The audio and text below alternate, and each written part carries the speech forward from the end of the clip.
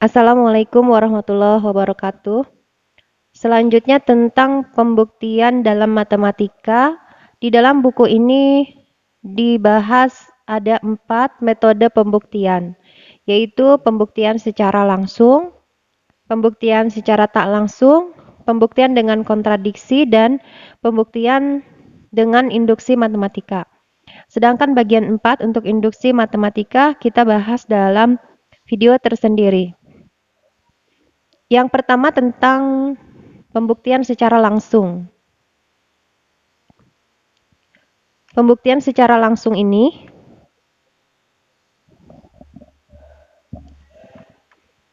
biasanya diterapkan untuk membuktikan teorema yang berbentuk implikasi jika P maka Q. Di sini P sebagai hipotesis digunakan sebagai fakta yang diketahui atau sebagai asumsi. Selanjutnya, dengan menggunakan P, kita harus menunjukkan berlaku Q.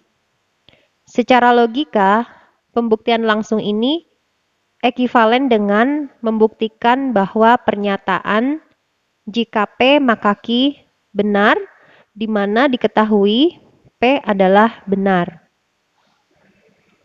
Contoh, buktikan jika X bilangan ganjil, maka X kuadrat bilangan ganjil. Bukti, diketahui X ganjil. Jadi dapat ditulis sebagai X sama dengan 2N min 1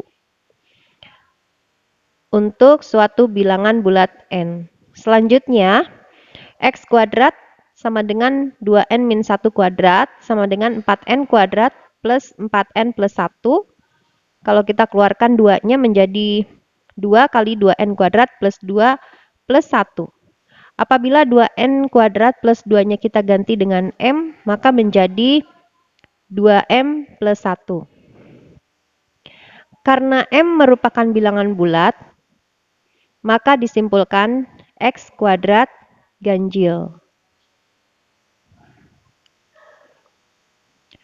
Nah, kemudian selanjutnya tentang pembuktian tidak langsung.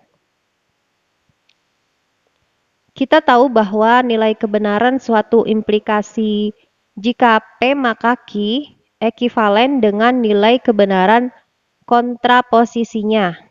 Ya, di pembahasan sebelumnya diketahui bahwa pada tabel kebenaran jika P maka Q itu ekivalen dengan kebenaran kontraposisinya, yaitu negasi Q jika negasi Q maka negasi P.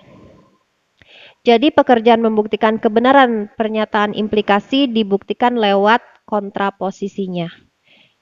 Ya, jadi untuk pembuktian secara tidak langsung ini kita harus membuktikan melalui kontraposisinya, yaitu jika negasi Q maka negasi P. Contoh, buktikan jika X kuadrat bilangan ganjil, maka X bilangan ganjil. Pernyataan ini sangat sulit dibuktikan secara langsung. Karena X kuadrat ganjil, maka ditulis X sama dengan 2M plus 1 untuk suatu bilangan asli M. Selanjutnya X adalah akar dari 2M plus 1, tidak dapat disimpulkan apakah ia ganjil atau tidak. Sehingga bukti langsung tidak dapat digunakan. Kontraposisi dari pernyataan ini adalah jika X genap, nah kita lihat ya. Di sini implikasinya adalah jika X kuadrat bilangan ganjil, maka X bilangan ganjil. Ini adalah implikasinya. Maka kontraposisinya adalah jika X bilangan genap, maka X kuadrat bilangan genap. Jika negasi Q, maka negasi P. Sehingga kita cari negasi Q-nya adalah X genap, negasi P-nya adalah X kuadrat genap. Selanjutnya diterapkan bukti langsung pada kontraposisinya. Diketahui X genap, jadi dapat dituliskan X sama dengan 2N. Untuk suatu bilangan bulat N. Selanjutnya X kuadrat sama dengan 2N kuadrat. Sama dengan 4N kuadrat kan? 2-nya kita keluarkan menjadi 2 kali 2N kuadrat. Apabila 2N kuadratnya kita misalkan M, maka X kuadrat sama dengan 2M. 2M ini adalah bilangan genap. 2 dikalikan M itu genap ya. Selalu habis dibagi 2. Jadi dengan pembuktian tidak langsung ini kita mencari kontraposisinya. Kalau secara langsung kita tadi membuktikan implikasi jika P maka Q. Kalau pembuktian secara tidak langsung kita mencari kontraposisinya. Selanjutnya tentang pembuktian dengan metode kontradiksi. Dalam bukti dengan kontradiksi, kita mulai dengan mengasumsikan bahwa teorema atau suatu proposisi tersebut adalah salah. Lalu dengan langkah matematis akan diperoleh keganjilan atau keganjalan dan ketidakmungkinan.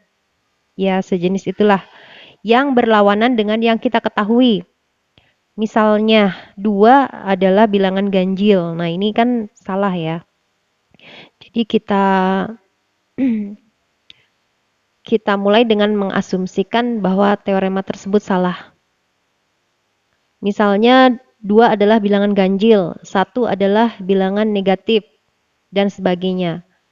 Akibatnya asumsi kita akan menjadi salah kan, sehingga teorema tersebut benar. Jadi kita mengasumsikan dengan suatu asumsi yang salah sehingga akan menimbulkan kontradiksi. Maka apabila terjadi kontradiksi maka teorema tersebut adalah benar.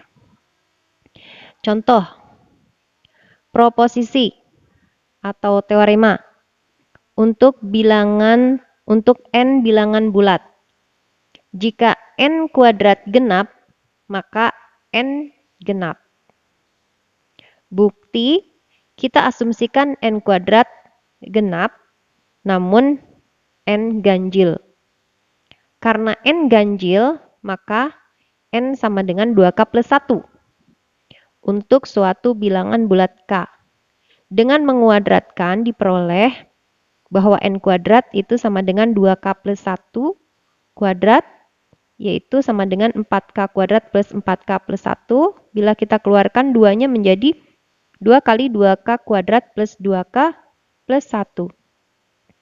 Apabila kita misalkan 2K kuadrat plus 2K-nya ini dengan T, maka akan menjadi n kuadratnya akan menjadi 2T plus 1. Dengan kata lain, n kuadrat ganjil. Akibatnya, n kuadrat genap sekaligus ganjil. Tadi di awal disebutkan bahwa n kuadrat genap namun n ganjil. Nah, sehingga terjadilah kontradiksi. Ya. Dalam pembuktian ini n kuadrat katanya ganjil, padahal dalam asumsinya n kuadrat genap. Di sini n kuadrat genap namun n ganjil, maka terjadilah kontradiksi. Apabila terjadi kontradiksi, maka teorema bahwa n kuadrat genap, maka n genap, teorema ini adalah benar.